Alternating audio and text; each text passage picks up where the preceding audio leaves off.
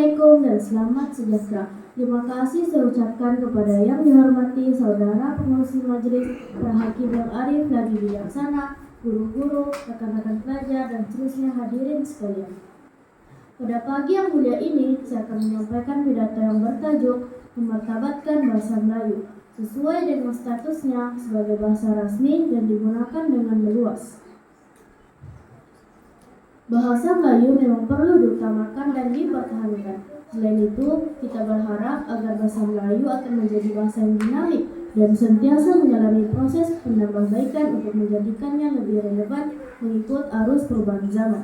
Saudara-saudari yang dihormati sekalian, isi saya yang pertama adalah memupuk kesadaran kepada anak-anak sejak kecil. Antara usaha untuk memartabatkan bahasa Melayu adalah dengan memupuk kesadaran tentang pentingnya bahasa Melayu kepada anak-anak sejak kecil. Oleh itu, kesadaran tersebut perlulah ditanam dalam diri anak-anak sejak kecil. Dalam hal ini, sudah tentu peranan tersebut perlu dimainkan oleh ibu bapa dan guru-guru. Sebagai contohnya, ibu bapa perlu menggunakan bahasa Melayu yang betul apabila bertutur dengan anak-anak. Sekiranya kesadaran ini dapat dipupuk sejak kecil, seperti kata pepatah, kalau hendak menuntut bulu, biarlah dari rebungnya. Sudah pasti hasilnya akan berkekalan hingga dewasa dan sampai bila-bila. Hadirin sekalian, isi saya yang kedua adalah melalui kampanye dan peranan media massa. Pihak berkuasa yang bertanggung jawab dalam perkara ini perlulah menjalankan kampanye untuk memartabatkan bahasa Melayu.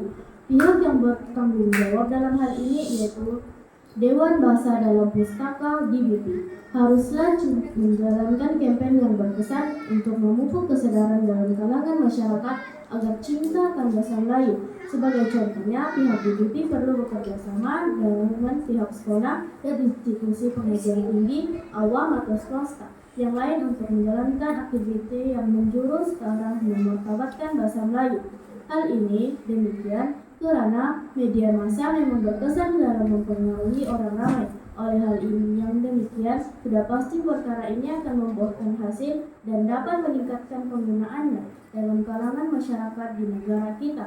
Hadirin sekalian, kesimpulannya sekali lagi saya ingin menegaskan bahwa usaha untuk memartabatkan bahasa Melayu perlulah dipergiat dari sekarang. Selain itu, semua pihak perlulah berganding bahu untuk memartabatkan penggunaan bahasa Melayu tanpa menyerang kaum.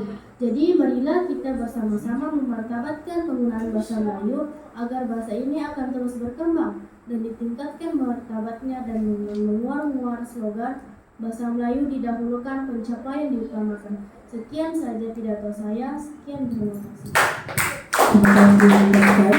Terima kasih.